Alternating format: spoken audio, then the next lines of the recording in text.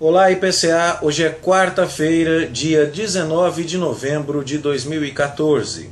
Nós estamos juntos há 815 dias lendo a Bíblia e hoje leremos os Salmos 129 e 131. Esses dois salmos são os últimos dos cânticos de romagem que nos restam ler.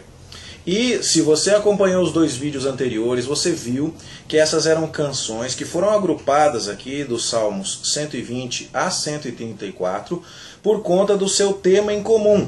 Eram canções que Israel cantava enquanto ia a Jerusalém por ocasião das 3 festas em que a presença de todo judeu era requerida lá na Cidade Santa uma vez por ano.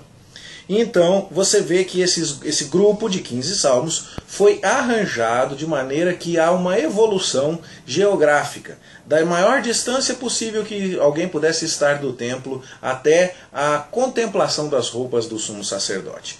E nisso tudo se celebra o fato de que Deus é o Salvador do seu povo. De que o povo, quando se volta para Deus, nele encontra aquilo de que precisa.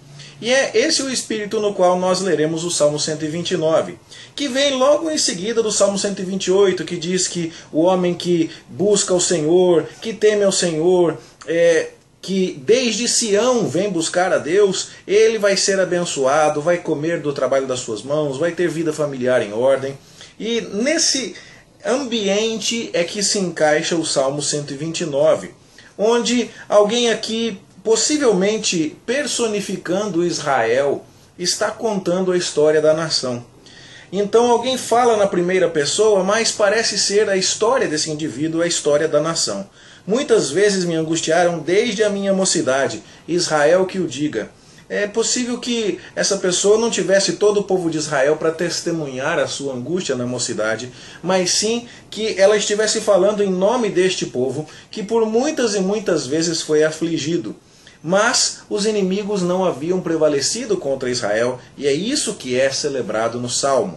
Então, embora Israel tivesse trabalhado como escravo no Egito, e os inimigos tenham lavrado o seu dorso, e abriram sulcos em suas costas, no entanto, o justo Deus cortou as cordas dos ímpios. E ele então agora ora para que os inimigos, aqueles que aborrecem Sião, a casa de Deus, a cidade de Deus, esses todos sejam envergonhados, que eles pereçam, e que, verso 8, ninguém ouse pronunciar a bênção de Deus sobre eles. Essa é a ideia básica do Salmo 129. Então, o que está sendo dito aqui é: Deus tem nos livrado, e apesar dos nossos infortúnios, Deus está nos preservando para si. Que os nossos inimigos sejam envergonhados, que sobre eles não repouse a bênção de Deus. E eles cantam isso enquanto estão indo para adorar em Jerusalém. Já o Salmo 131 é de um contexto mais específico. Ele é mencionado como um salmo de Davi, e Davi aqui está falando algumas coisas que são bastante positivas a respeito de si mesmo. E qualquer um de nós teria alguma reserva em fazer essa oração ao dizer: Senhor, não é soberbo o meu coração, não é altivo o meu olhar, não ando à procura de coisas maravilhosas demais para mim. No entanto, a gente sabe que Davi de fato exibiu essa personalidade, esses traços de caráter. Ele, embora tenha vindo a querer aquilo que não lhe pertencia na sua velhice e tenha roubado a mulher de Urias, ele na sua juventude soube esperar em Deus o tempo em que Deus lhe daria o reino. Então ele aguardava que Deus lhe desse aquilo que Deus havia prometido lhe dar. Ele esperou, sem crescer os olhos, sobre a coroa de Saul. E ele fez, como diz o verso 2, calar e sossegar a sua alma, e esperou em Deus, como uma criança que acabou de mamar, fica quietinha, acalentada no colo da sua mãe.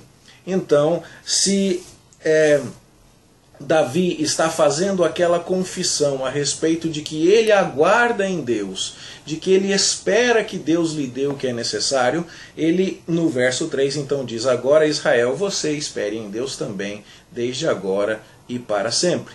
E isso seria de fato uma grande lição.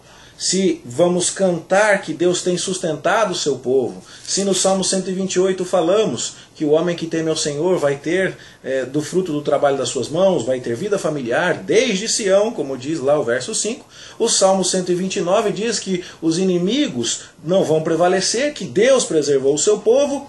O Salmo 130 é alguém que clama a Deus das profundezas, e o Salmo 131, na lógica, vem dizendo então, aquieta-te, espera no Senhor, não cresça os olhos em coisas que são grandes demais para você, espere e Deus vai te dar o que for necessário quando for a hora.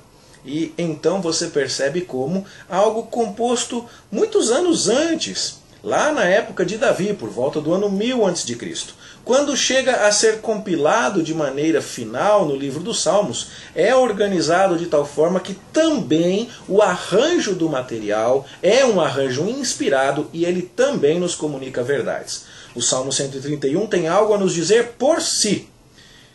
Você deve esperar em Deus, quando for a hora Deus lhe dará. Mas ele também diz muito quando ele é analisado à luz dos Salmos que o precedem, à luz dos salmos que o sucedem, ele está no grupo dos cânticos de romagem e isso tem que ser levado em consideração. E é por isso então que ficamos felizes de poder resgatar alguns dos pedaços da história de Israel, pedaços da história de Davi, canções, como é o caso do Salmo 129, e agora analisar esse material à luz do contexto em que eles foram inseridos para compor o livro dos Salmos. E essa é a grande contribuição que nós esperamos trazer a você. Que você comece a ler os Salmos como unidades que são, mas também que você os leia dentro do grupo maior no qual eles foram inseridos e compilados por um compilador igualmente inspirado pelo Espírito Santo de Deus. Então, que essas considerações abençoem a sua vida e ajudem você a crescer em admiração por este livro tão maravilhoso que temos na Palavra de Deus. Um bom estudo para você, uma boa leitura. A gente se encontra aqui para continuar amanhã, se Deus quiser. Até lá.